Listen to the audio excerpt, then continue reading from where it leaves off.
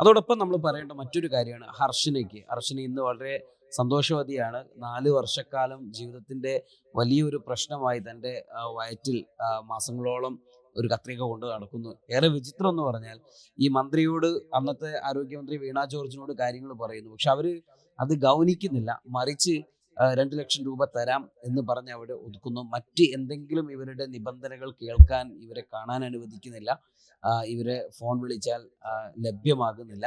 അപ്പോൾ ഈ തരത്തിൽ ഒരു ധാർഷ്ട്യം എനിക്ക് തോന്നുന്നു.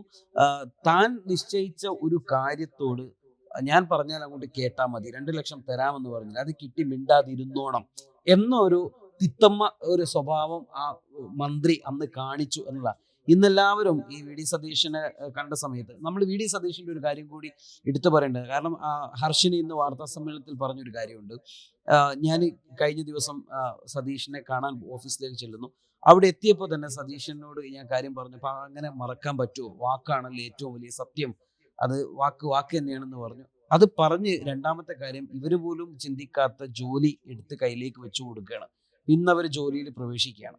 അപ്പോൾ സ്വാഭാവികമായിട്ടും കഴിഞ്ഞ ആരോഗ്യ വകുപ്പിൻ്റെ ഒരു വലിയ ദുരന്തത്തെ, അല്ലെങ്കിൽ ആരോഗ്യവകുപ്പ് ഉണ്ടാക്കി തീർത്ത വലിയ ഒരു പ്രശ്നത്തിനൊരു പരിഹാരം കൂടി UDF കൊണ്ടുവന്നു. കഴിഞ്ഞ ഗവൺമെന്റിന്റെ കാലത്ത് വളരെയേറെ ചർച്ച ചെയ്യപ്പെട്ട ഒരു വിഷയമാണ് ഈ മെഡിക്കൽ നെഗ്ലിജൻസ് എന്ന് പറയുന്നത്. അത് ആ തരത്തിൽ ഉണ്ടായ സംഭവങ്ങൾ ഒന്നല്ല, ഹർഷിന മാത്രമല്ല. അപ്പം ഹർഷിനെതിരേത് ഒന്ന്, ഹർഷിനയുടെ കുടുംബവും ഒരു നിശ്ചയദാർഢ്യത്തോടു കൂടി ഒരു സമരപാതയിൽ നിരന്തരമായി പ്രവർത്തിച്ചു എന്നുള്ളതാണ്. അതുകൊണ്ട് സംസ്ഥാനത്താകെ ഇത്തരം സംഭവങ്ങളെ കുറിച്ചിട്ടുള്ള നിരവധി കാര്യങ്ങൾ ഉയർന്നു വരികയും അതൊരു വലിയ വിഷയമായി കേരളത്തിന് മുമ്പിൽ വരികയും ചെയ്തു. അപ്പം ഇങ്ങനെ ഒരു സംഭവം ഉണ്ടായി. അത് വളരെ ദയനീയവും ദാരുണവും ഒരു മനുഷ്യനും സഹിക്കാൻ പറ്റാത്തതുമായ ഒരു കാര്യമാണ്. 5 വർഷം ഒരു കത്രികയും കൊണ്ട് നടക്കുക, വയറ്റിലൊരു കത്രികയും കൊണ്ട് നടക്കുക, എന്നിട്ട് ഒരു ഡോക്ടർ പരിശോധിക്കുക, വീണ്ടും പരിശോധിക്കുക, എന്നിട്ട് ആ കത്രിക കാരണം വയറിനകത്ത് മുറിവുകൾ ഉണ്ടാവുക, അതിൻ്റെ ഫലമായിട്ട് പലതരത്തിലുള്ള അസുഖങ്ങൾക്കും പ്രശ്നങ്ങൾക്കും ചികിത്സാ ചെലവും, അങ്ങനെ ആ തരത്തിൽ വളരെയേറെ ബുദ്ധിമുട്ടിപ്പോയ ഒരു സ്ത്രീയാണ്. അവസാനമാണ് ഇത് കണ്ടുപിടിക്കപ്പെടുന്നതും.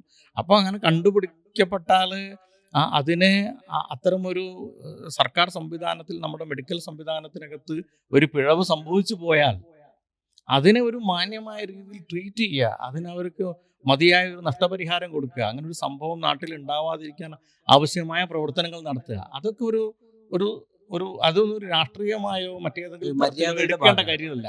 അതൊരു മര്യാദയാണ്. അത് ഏത് ഗവൺമെന്റിന്റെ കാലത്തായാലും അങ്ങനെ സംഭവിക്കാം.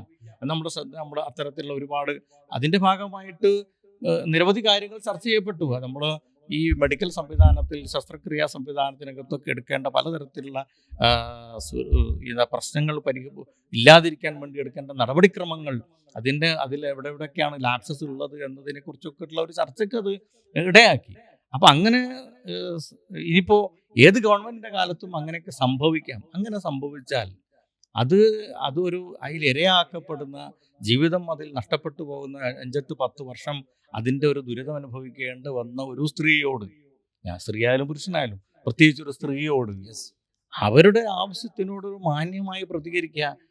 പലപ്പോഴും ആരോഗ്യവകുപ്പ് മന്ത്രിയും ഒക്കെ ഇവരെ കാണുകയും ഞാൻ നിങ്ങളോടൊപ്പമാണ് എന്നൊക്കെ പറയുകയും ചെയ്യുമെങ്കിലും അവരുടെ വാക്കുകൾക്ക് വില കൽപ്പിക്കുക, അവരോടൊരു നീതി കാണിക്കാൻ ആ ഗവൺമെന്റിന് സാധിച്ചില്ല. അപ്പോൾ ആ സമയത്ത് ഒരു പ്രതിപക്ഷ നേതാവ് എന്നുള്ള നിലയിൽ വി ഡി സതീശൻ ഈ സ്ഥലം സന്ദർശിക്കുകയും ആളുകളെ കാണുകയും പലതരത്തിൽ ഉറപ്പുകൾ, ആ സമരത്തിന് പലതരത്തിൽ പിന്തുണ നൽകുകയും ചെയ്തിട്ടുള്ള ഒരാൾ എന്നുള്ള നിലയിൽ സതീശൻ ഈ കാര്യം പ്രത്യേകമായി ശ്രദ്ധിച്ചു. പിന്നെ കോഴിക്കോട് എന്നുള്ള ഒരു ആരോഗ്യവകുപ്പ് മന്ത്രി, ഇപ്പോൾ കോഴിക്കോട്ടുകാരൻ കൂടിയായ ആരോഗ്യവകുപ്പ് മന്ത്രി കൂടി ഉണ്ട് എന്നുള്ളത് ഇതിനൊരു സഹായകമായിട്ടുണ്ടാവണം. ഏതായാലും അത് ഹർഷിനയും അതുപോലെ തന്നെ ഹർഷിനയുടെ സമരസമിതിയും ഒക്കെ വളരെ നിശ്ചയദാർഢ്യത്തോടു കൂടി പോയതിന്റെ ഒരു പ്രതിഫലനം.